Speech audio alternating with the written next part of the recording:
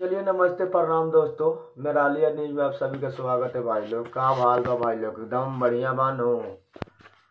भाई लोग एकदम सावन में दानादान गाना आ रहा है भाई लोग, जबरदस्त जबरदस्त। इसी में आप लोग के बीच में आ गया है दीपक दीवाना का। दीपक दीवाना का तो अब बहुत सारे हमारे भाई जानते हैं, साइड शो के तो बादशाह ही है।